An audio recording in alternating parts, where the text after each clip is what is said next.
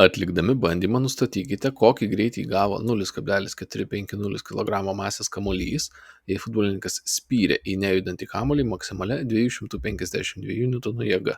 Spyrio trukmė 0,01 sekundės.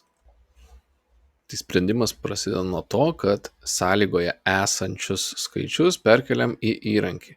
Kadangi pati užduotis draudžia rašyti į langelius, turim naudotis slankikliais arba rodykliam. Tai pradėkim nuo maksimalios spyrio jėgos, tai yra 252 N. Spyrio trukmė 0,01 sekundės, o kamuolio masė 0,450 kg. Atnaujinam ir pradedam simuliaciją.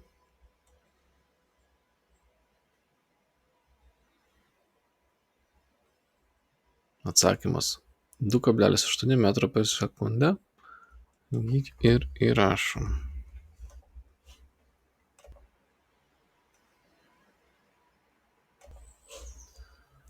Atlikdami bandymą nustatykite, kaip ir kiek kartų pakinta kamuolio įgytas greitis, jėgą sumažinus 2 kartus. Taigi vėl pradėsime nuo jėgos, kuri buvo 252. Ją padalinam iš 2 ir gausim 126. Spyrio trukmė lieka ta pati, 0,01.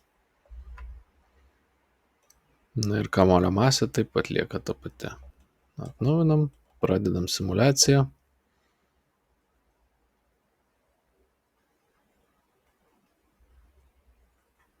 Rezultatas 1,4 m per sekundę. Taigi, kamuolio įgytas greitis sumažėja 2 kartus.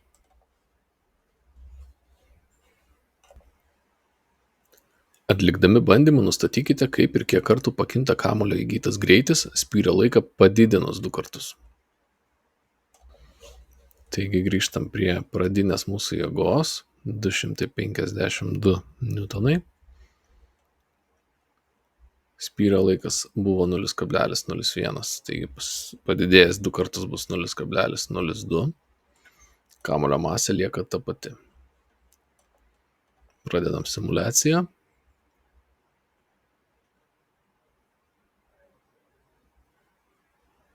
Gauname 5,6 m per sekundę.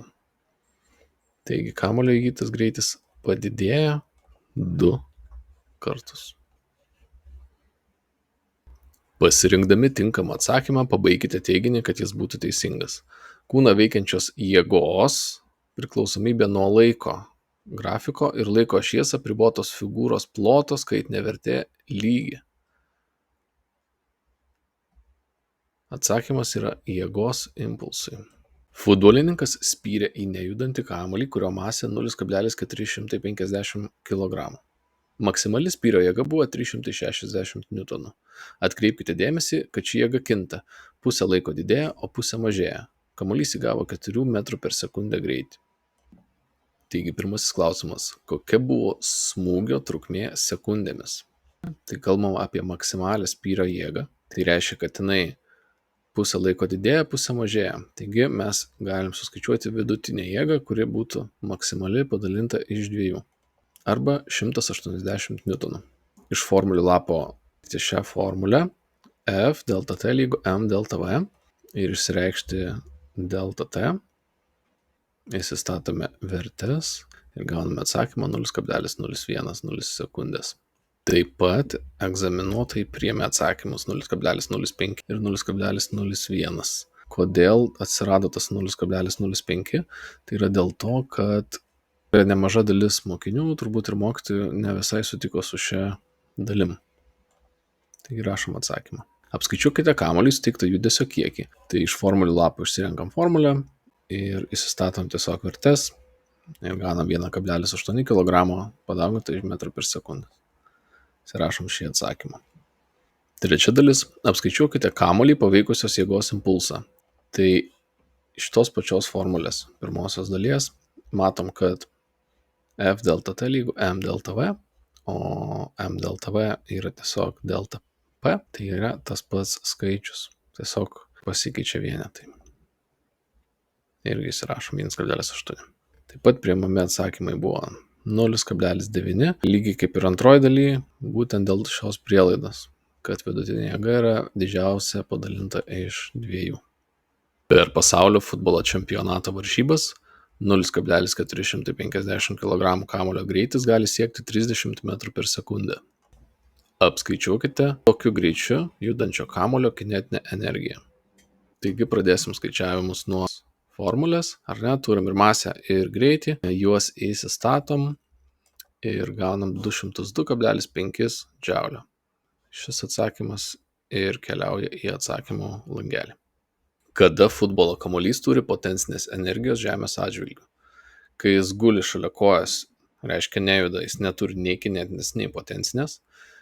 Kai jis guli ant žemės, jis vėl Žemės atžvilgiu potencinės neturi, ir kinetinės neturi, nes nejuda. Kai jis yra ore po smūgio, jisai gali turėti kinetinės, bet jis tikrai turi potencinės, nes jis yra ore.